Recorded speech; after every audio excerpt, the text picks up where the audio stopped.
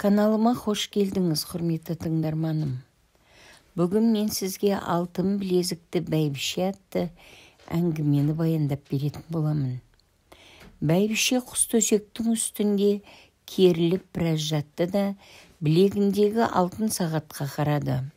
Сағат тілі 11:30-ға жеткен екен. Басын көтерді.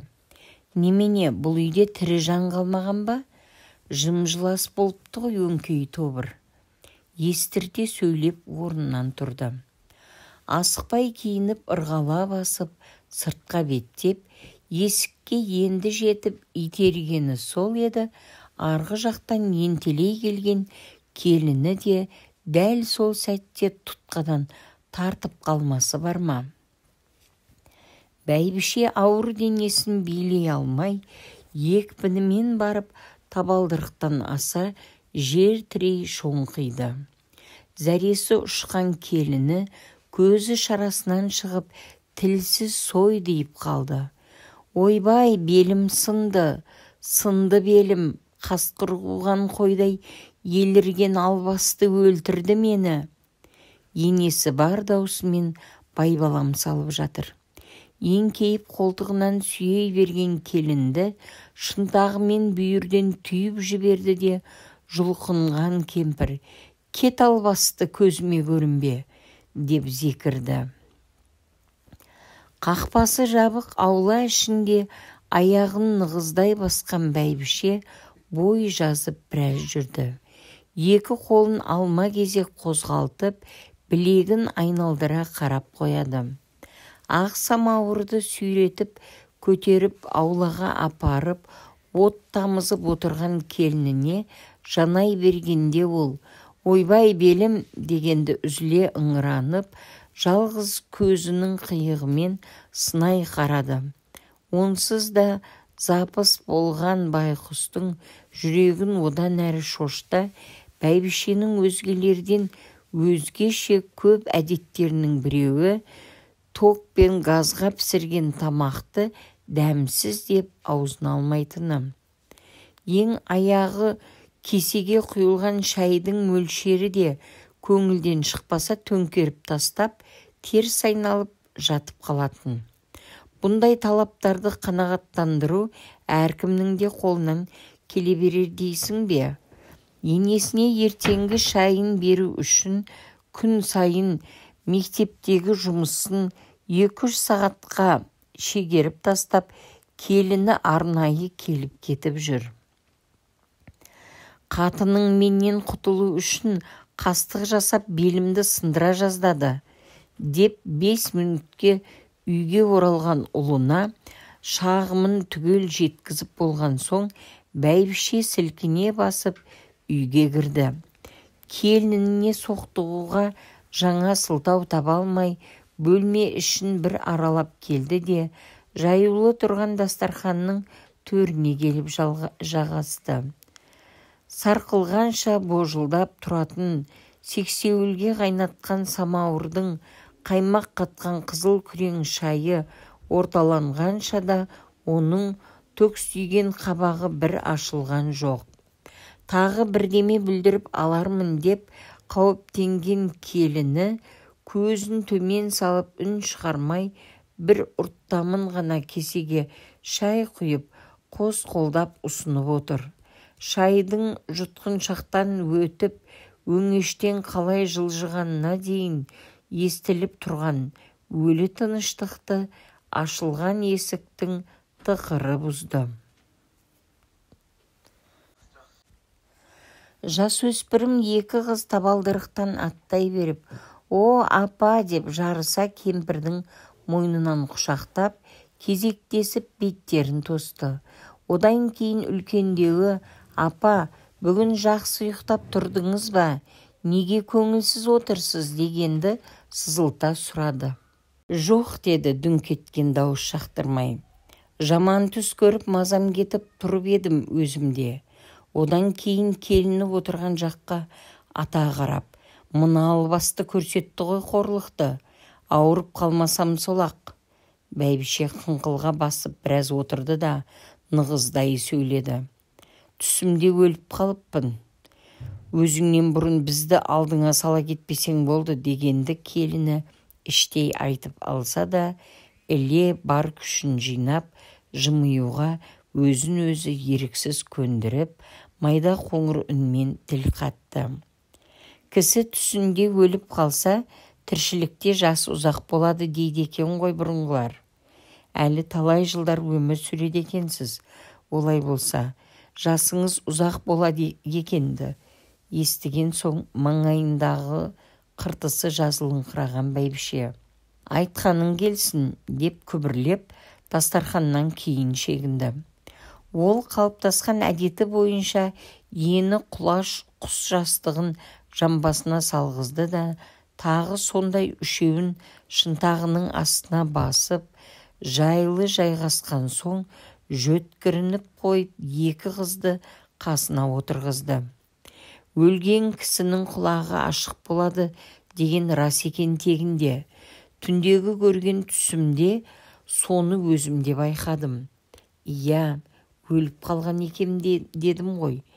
Бәкеңнің құрметіне деп жиналған адамның көптігін айтпа, жыртылып айырылады. Көзімнің жұмулы жатқанына қарамай, кімнің қандай қызметкер екенін және не әкелгеніне дейін естіп біліп жатырмын. Тәрізі періштелерім жеткізіп тұрса керек. Қонағасыма 300 жылқыдан таңдап алып бір ту бие, бір өгіз бен 5 қой сойылған екен. Дүние шіркін көл көсір төгіліп жатыр. Сонда да болса елге жағасың ба? Әйтеуір бір кінә татуға даяр тұрады. Қу ауыз біреудің абыр-дабырдың ішінде кім екенін ажырата алмадым. Ту биесінен тайдай құлын шықты ғой, совхоздың малын аясын ба, деп сыбырлап айтқанын естіп қалдым. Қызғаныштан іш күйгені біреу ғой. Қарғып тұрып бас салса өзін. Мен оған кіжініп жатқанда кесек қазыны бітеу жұтып сары молда қақалыпты. Не істейміз деп балалар есі кетіп шауып жүр. Мен ышқына айқайлаймын. Желкеден ұрыңдар, көк желкеден. Сөзіме бір жан құлағы сар емес. Ызаланғаным-ай, өздерің білесіңдер, маған ашуланған зиян ғой, қаным өрге шапшып кетеді. Одан кейін талықсып кетсем керек, қанша уақыт өткенін сезбей қалдым. Бір кезде бәрі қайтадан ап-анық естіле бастады. Жаназамды шығарып болған соң, кілеммен орап, гүлмен көмкерген депутат қыз айдайтын 700-тың үстіне апарып салды. Апырая, машина таппағандай бұлары несі-ай? Деп енді ойлай бергенім сол еді, біреу құлағыма сыбыр етті. Сізге балаңыз елден ерекше құрмет көрсету үшін алып трактормен апара жатыр. Бәрі оның қолында ғой. Мен сөйлемесем де ойымды түсініп жауап беріп жатқандарына таңданып үлгергенімше төбенің үстіне де жетіп келдік.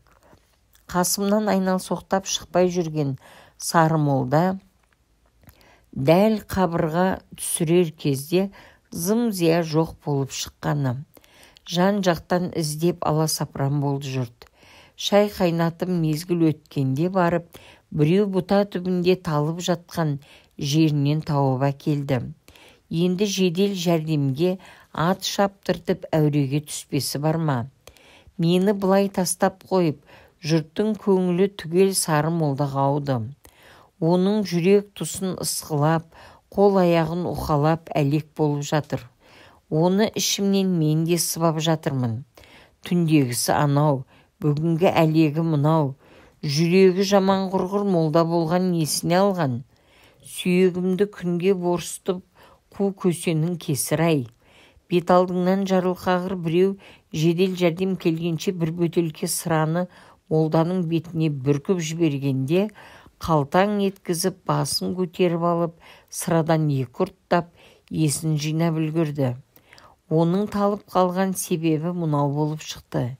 Ел түгел жиналып болғанша дәрет ала қояйын деп бұта түбіне барып отыра кетсе, дәл қарсы алдынан қаздиып қара шұбар жылан тұр екен. Қадалған көздерін көргенде Молдекең сөзге келмей отырған жерінде есі ауып қисая кеткен ғой. Сонымен үйтіп менің жамбасымды жерге тигізді. Қабірімнің үстінде топырақ салып жатқандар үйдегі ет суып қалды ғой, тезірек қимылдасаңдаршы дегенді бір-біріне күбірлеп топырақты апыр-топыр үйіп жатыр еді. Күнәсі тарасын деп ұшына 5 сомнан ақша түйіп таратқан бір рет бет орамалға ие болған соң лезде тайып тұрды бәрі түгел. Құлаққа ұрған таныдай болдым да қалдым. Қозғалмай біраз жаттым. Артта қалған жарық дүниені қия алмай, ішім удай ашуда. Айналаға қараңғы түнек. Көрдің топырағы бұндай суық болар ма? Қалшылдап тоңып барамын. Жанды қоярға жер таппай дөңбекшіп жатып, бір саңлауға көзім түсті. Тыныс алмай соған көз тіктім. Түрлі құбыжық ойлар басымды түгел шырмап алды. Не болса да кері қарай қашпаққа орнымнан көтеріле беріп едім, саңлау ұлғая берді де қол көрінді. Алқымымнан алғалы келе жатқан шығар деп шошып кеттім. Кебініме оралып тұруға шамам келсеші. Жүр бері, деді таныс дауыс. Бірақ иесі көрінбейді. Кім екені әлі белгісіз. Кімсің десем дыбысым шықпайды. Тілім таңдайыма жабысып қалыпты. Кел бері мұнда, кім екенімді көресің ғой дейді әлгі тағы да. Қашып құтылар жер жоқ болған соң, кебінімді сүйретіп дыбыс шыққан жерге қарай жылжыдым. Саңлау көз алдымда ұлғая берді. Әлгі адам қайда жүр деп ойлап болғанымша, бір жақ беті қап-қара, сұп-сұр біреу ыржиып алдыма келіп тұра қалғаны. Жаным дәл мұрнымның ұшына жеткен болар. Көзім қарауытып, тізем бүгіліп бара жатқанда әлгі кісі білегімнен ұстай алды. Қолы мұндай сүйкімсіз болар ма кәпірдің? Жылан оралып қалғандай білегіме. Ырсыңдап күлгенсиді. Немене, шынымен де танымай тұрсың ба, ақ қатын? Көкпеңбек болып сойдиған тістері неткен сүйкімсіз. Мен басымды шайқап кері шегіндім. Ол тақылдап қалар емес. Соғыс жылдарында байыңды майданға жібермей алып қалған дәрігер мен едім ғой. Байың қасыңда қалып өзгелер сияқты күнге күйіп суыққа тоңбай көлеңкеде отырып ақ қатын атандың емес пе? Шынымен ақ ұмытып қалдың ба? Енді есіме түсті. Ондай дәрігердің болғаны рас еді. Бірақ ана бір бетің неге қап-қара болып кеткен? Деп сұрайын десем, тістерім сақылдап, еріндерім икемге келмейді. Бұл құрғырдың ақысына кезінде өгіз беріп құтылып едік қой. Қайдан маған тап келді? Мен ойланып тұрғанда ол ернін жалап тамсанып жақындай түсті. Сенің келеріңді көптен бері күтіп жүредім. Тиының бар ма, берші. Жоқ, тиын жоқ қалтамда, деп жанымды сипаладым. Ол бетіме сенімсіздікпен үңіле қарап, жүр мына жақты аралап келейік деді. Те жауабымды күтпей сүйрелей жөнелді. Амалсыз ілесіп келемін. Жүре-жүре үлкен қақпаға тап болдық. Анау тұрған бейіштің алтын қақпасы дейді. Әлгі дірілдеген сұқ саусағымен оң жақты нұсқап. Қарауылы қатал жібермейді. Талай рет талпынып өте алмадым. Сол сәтте қасымдағы бәледен құтылудың жолы басыма орала кеткені. Сен осы жерде тұра тұр. Мен барып қарауылын айналдырып көрейін дедім де, білегіме желімделіп қалған қолдан сытылып шығып, жүгіре басып қақпаға жеттім. Қарауылын айналдырып ішке өтіп алған соң нұсқау бердім. Анау кісі келсе кіргізбе, ол ұры. Жабысқан бәледен құтылғаныма қуанып, жан-жағыма қарасам, қаз қатар тізілген сансыз көп дүкендер тұр. Шеткі біреуіне кіре салдым. Іші толған дүние. Әлгі таныс арқылы үстеме қосып зорға алатын модель киімдер ше. Тіпті өтпей тұр екен. Несін айтасың, асыл заттардың көптігі сондай, шетінен көздің жауын алады. Дүкеншілері бірінен бірі өткен әдемі киімдерді кезек-кезек ұсынып, артыңнан қалмай жүгірерін қайтерсің. Соқыр тиын апармай діңкемнің қатқанай. Көрген нәрселерді тастап кетуге көзім қимай сол жерде айналсоқтап көп жүрдім. Шіркін дүниелер-ай, бәрі тіпті арзан бағамен тұр. Апарып екесе бағамен сатса, жұрт қоймай алар еді. Несиеге де бергісі келмейді. Өздері адамға сенбейтін қулар екен. Соларды дегеніме көндіре алмай, әбден налып жатып оянып кетсем, түсім екен. Тағы да ханым көтеріліп кетіп, екі шекем лықылдап, жүрегім лоблып, көпке дейін өзіме өзім келе алмай қиналдым. Бәйбіше көрген түсін түгел жеткізіп болып, тершіген маңдайын сүртуге бет орамалын көтере беріп еді, сусыған жеңнің артынан білезік жарқ ете қалды. Балалық сезіммен көрген сайын қызығатын әдетіне басып, үлкен қыз сіңлісіне қарады. Апамның білезігіне қарашы, қандай әдемі, өрнегін еткен тамаша, ені де сондай жалпақ, тіпті 3 елден асып тұр ғой. Сіңлісі оған құмарта қарады. Апа, маған бір күнге бере тұрыңызшы, қолыма салып бірге оқитын қыздарға көрсетіп келейін. Апасы оны жалғыз көзімен атып жібере жаздады. Тәйтәрі, білезіктен садаға кеткір. Сенің жаман боқмұрын қыздарың жақсы заттың құнын білуші ме еді? Арнасы лезде тасып шыға келетін апасының сыры бұрыннан мәлім болғанымен, жолдас қыздарын боқмұрын деп кемсіткені бұл жолы жанына аса батса керек. Кіші қыз жыламсырап шығып кетті. Шиеленісті бәсеңдетпекке ұмтылған әпкесі анасының көңілін өткен күндеріне бұрды. Апа, бұндай білезіктер кезінде қанша тұрушы еді? Есіктен шыға жөнелген немере қызының артынан талай сөздің көгенін ағытып үлгерген апасы екпінін әрең басып, даусын баяулатып қарады да, кезінде апаң бұны бір жанан бидайға айырбастап алған, деп мақтаныш сезіммен білезікті сипап қойды.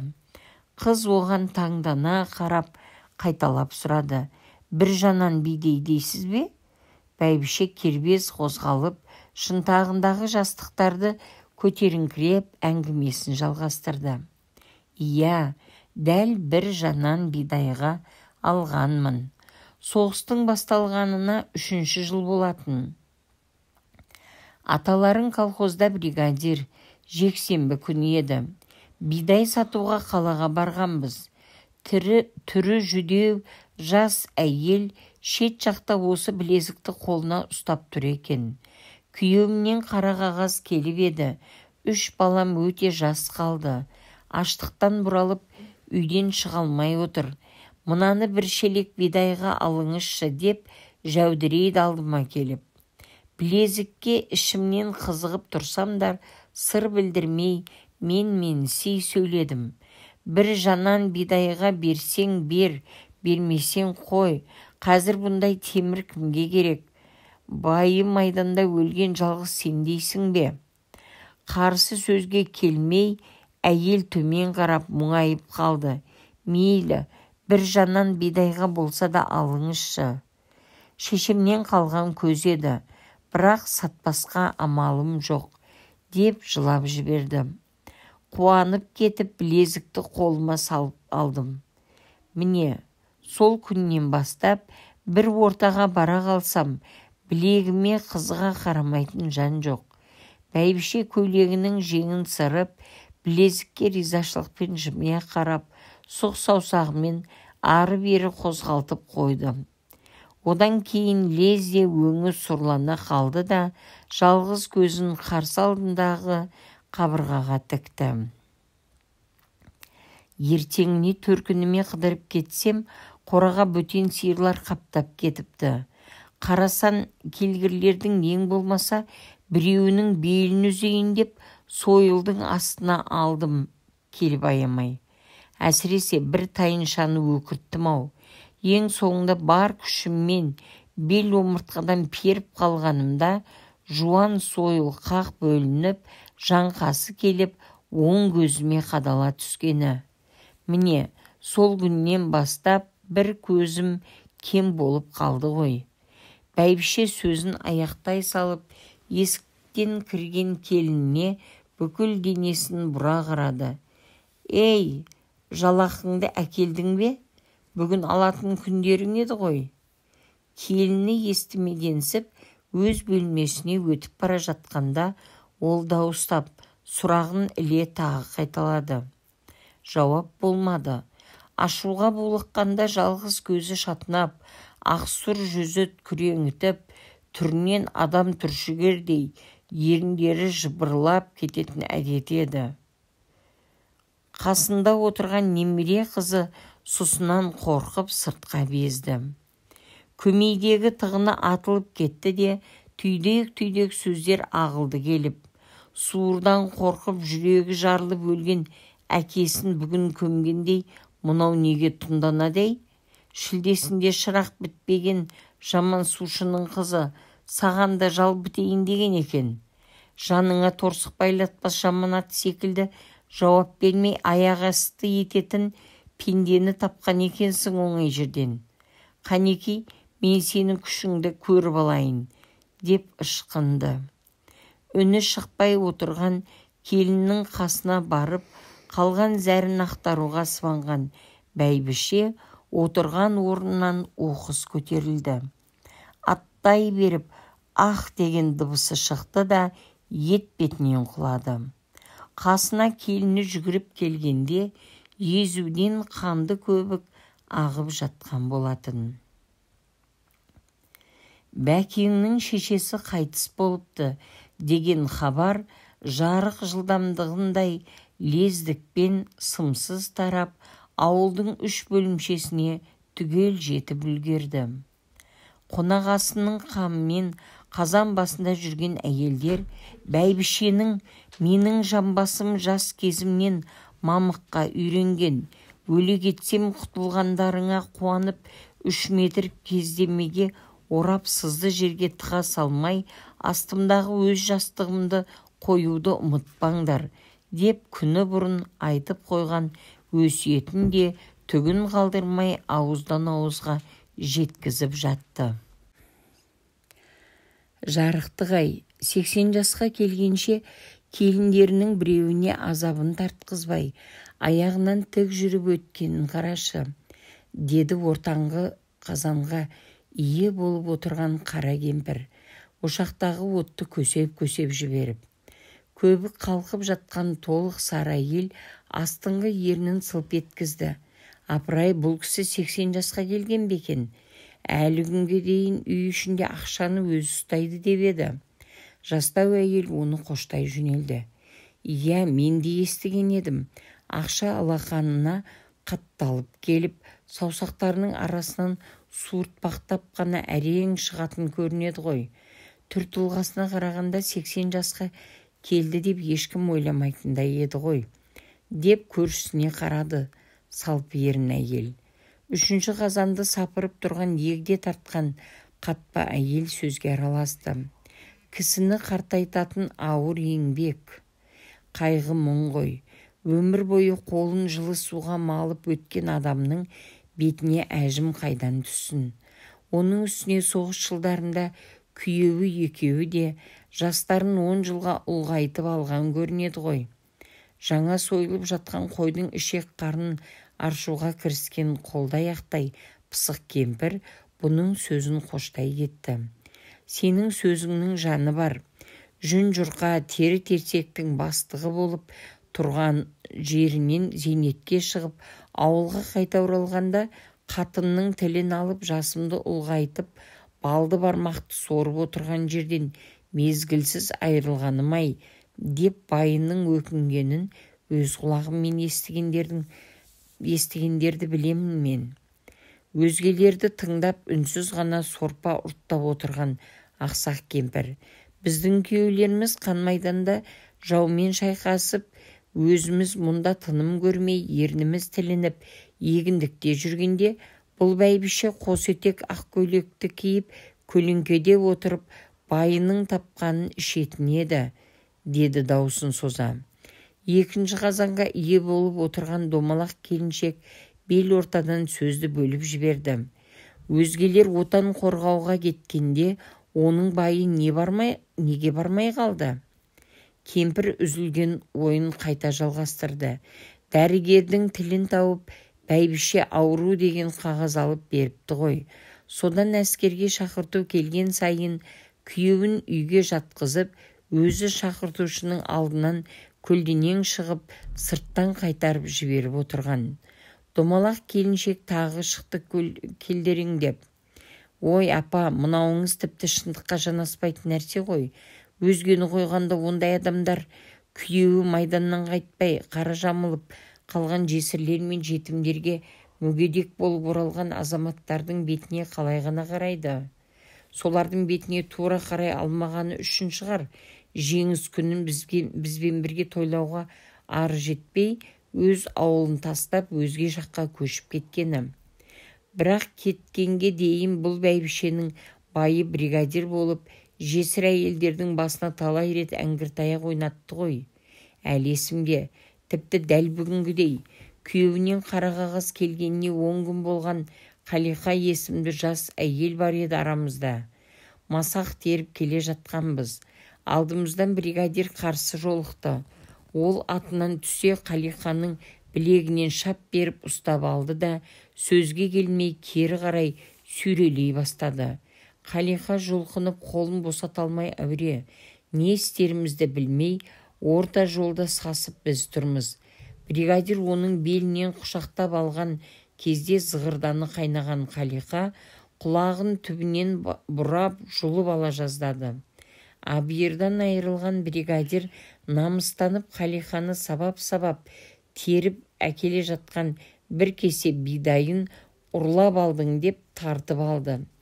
Келіншектің жылаған-ай, содан бері қаншама жыл өтсе де құлағымнан қайғылы үні кетер емес. Майдандағы күйеулерімізді ойлап, қосыла бізде егілдік. Үлкені 3-те, кішісі 1 жасар 2 баласы үйінде аштан бұралып отырғанын ескеріп, жанымыз ашып, өзіміздің титтей үлесімізден Қалиқаға бір уыс бидай беріп, үйімізге қайтып едік. Қонақ асындағы көл көсір молшылықтың қызығын бөліскен 2 түн өте шықты. Ертеңінде сәскеде бәйбішенің денесін жерлер кезде сары молда бүлік шығарды. Мүңкір-нәңкүр келгенде бұл затыңыз харам дүние болып кедергі жасайды деп жамбасына жастанып жүрген дәу жастықты көрге кіргіздірмей тастады. Көктем өтіп жаз келді. Мал семіріп ел жайлаудан қайтарда бәйбішенің асын беруге бар үрім бұтағы қайта бас қосты. Бәрінен бұрын жеткені оның алыста тұратын кіші қызы болатын. Абысын ажын, көрші қолаң, ас қамымен айналысып, аулада жүргенде ойда жоқ жердегі сарайдағы қоқыс арасынан ұмыт болған баяғы жастықты тауып алды. Келе сала ата жеңгесіне дүрсе қоя берді. Сендер менің шешемнің көзі кеткен соң жиіркеніп, жастығында далаға тастаған екенсіңдер ғой. Көз жасын төгіп алды да әрі қарай жалғастырды. Мейлі, өз шешемдікі өзіме дәрі. Кез келгеннің шешесі 80-ге келіп жатқан жоқ. Тәбәрік болады, алып кетемін. Дымқыл сарайда жыл бойы жатып, мына жастық әуелі шіруге айналыпты. Ол өзімен ере келген қызын шақырып алды да, «Ей, мына жастықты ана үйдің артына апарып сөгіп, ішіндегі жүнін күнге жай, кепсін, кетерде алып кетеміз. Көгеріп кеткен жастықты иісін бұрқыратып алып жүрсек, ұшақтағы елден ұят шығар. мә апар деп бұйырды да өзі үйге қайта кірді. Әркім өз тіршілігімен бөлісіп алған міндеттерін атқаруда. Жастық көтерген қыз үйдің айналғалы да шай қайнатым мезгіл өткен. Шай қайнаған тал түсте ойда жоқ жерден аула іші қара түнек басып кетті. Абыр-сабыр күйге түскен жұрт кез келген қуысқа барып тығылды. Жарылып жатқан оттың, үйітіліп жатқан бастар, асулы қазандар орын-орнына қалды. Әр жерден әр түрлі дауыстар естілді. Ойпырмай, мынау өзі құйын ба немене? Бісміллә, бісміллә. Ой сұмдығай, мынау өзге құйындарға ұқсамайды ғой. Әй, қараңдар, анау топырақтың арасында ұшып жүрген не нәрсе? Ой, ана ақшаны қараңдар. Ақша жауып жатыр. Ақша. Әсіресе соңғы дауыс бәрін дүр сілкіндірді. Қызық қуған балаларға қосылып, бірнеше адам кетіп бара жатқан құйынның соңынан тұра қуды. Жайшылықта өзінің отбасын сыпыруға ерінетін торлама қауындай тырсиған екі әйел борсықша домалап бәрінен бұрын жетті де бәйбішенің қызына қосылып бісміллә, бісміллә деп қолдарын ербеңдетіп қалқып жүрген ақшаларды қармалай құйынның ортасына қойып кетті. Ашық жатқан ұраның қақпағына сүрініп шеткі әйел мұрнымен жер тірей жығылғанда бәйбішенің қызы ұраның дәл ортасына омақаса құлады. Жұрт барда ошақ маңына жолай алмай сілекейі шұбырып алыстан жәудіреген көп иттің құйынның арқасында көрген қуанышын тілмен айтып жеткізе алмайсың. Иесіз қалған бауырсақты бөліп жеп, бір-бір басқа ие болып қалған олжалардан сайға апарып жәукемдеді. Нан пісіріліп жатқан қазанда барынан айырылып сенімді ақтамағанына ұялғандай түбі түгел қызарып шытынай бастады.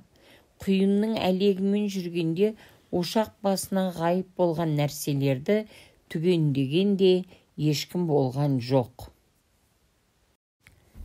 Бет аузында сау жері қалмай, жараланған бәйбішенің қызы аяғын сүйрей басып, мұрны қанаған әйелмен бірге үйге ене бере, бағанадан уысында жатып умаждалған көк қағазды кеудесіне сүңгітіп жіберді.